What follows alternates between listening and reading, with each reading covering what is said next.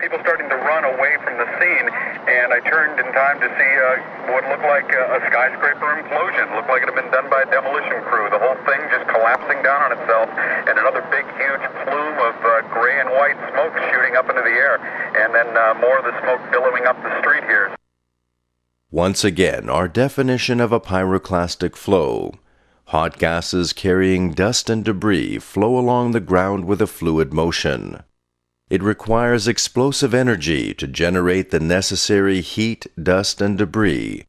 Turbulence and fluidization of debris are characteristic. Let's watch the fall of 7 World Trade again, this time with Rick's original audio. Mount Pinatubo's eruption illustrates the fluid movement of the pyroclastic flow. Difficulties around the area. New Jersey Transit outbound Hoboken Terminal operating on a load-and-go basis, no inbound service, and also out of Newark's Penn Station, limited service on the Northeast Corridor and North Jersey coastlines and the Raritan line as well, and limited service from Penn Station New York into Penn Station in Newark, and no service into the city on New Jersey Transit. Also,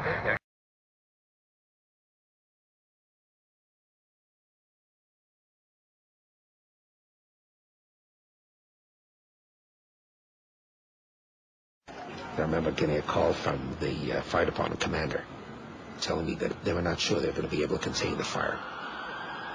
I said, you know, we've had such terrible loss of life. Maybe the smartest thing to do is pull it.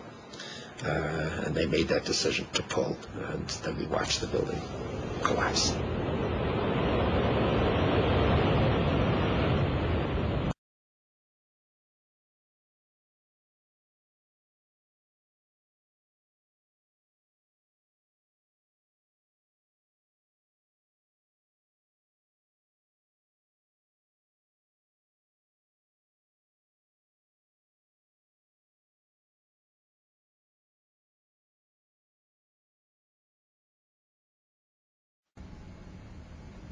In this test, done by British Steel in 1995, a large amount of typical office furniture was burned to see what would happen to the heavy steel beams that supported the ceiling.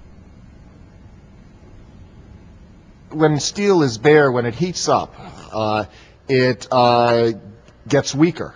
It's not that it melts in a fire. In fact, normal fires are not hot enough to melt steel. Even if you were, for example, to use an unusual fuel like kerosene, you cannot achieve temperatures hot enough to melt steel. But what happens is it starts to lose its strength. And as it loses its strength, it starts to sag. It becomes softer and sags and can no longer support the load. This was the largest test of its kind ever conducted.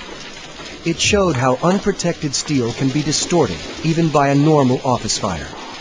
But as is typical in steel buildings, the structural beams only slowly and progressively warped and sagged.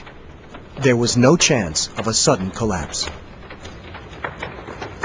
In over 20 years, I have not seen, until recently, a protected steel structure that has collapsed in a fire. In its final report, the 9/11 Commission ignored the following significant facts and questions that conflict with that report's conclusions. Why did a third skyscraper at the World Trade Center that was not hit inexplicably collapse?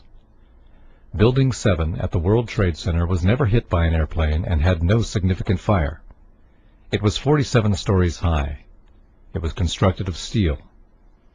Yet at 5:30 p.m. it fell perfectly straight down into a small pile of rubble, just like a controlled demolition.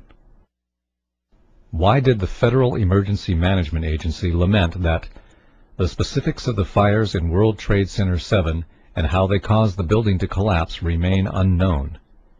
Larry Silverstein, the leaseholder of Building 7 who collected insurance of $7 billion, is on tape saying he ordered the New York Fire Department to pull it, to destroy the building with explosives.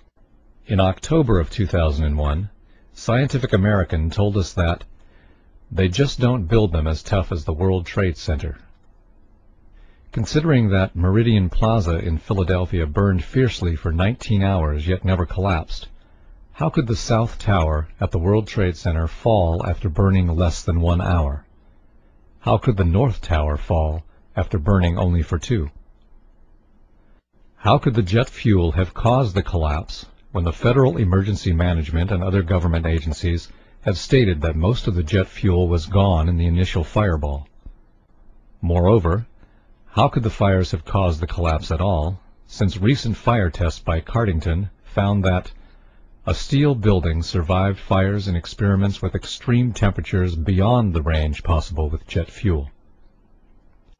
Since the black smoke coming from the buildings means that the fire was oxygen-starved and could not have reached its maximum temperature of 1800 degrees Fahrenheit, and steel melts at a much higher temperature of 2500 degrees Fahrenheit, nearly 700 degrees hotter than the maximum temperature of the fire, how could cleanup crews have found melted steel in the basements? How could, days later, NASA satellite images show hot spots in the buildings that still exceeded the maximum temperatures possible? Explosives like C4, however, create temperatures of 3000 degrees Fahrenheit, which easily melt steel. Why did fire engineers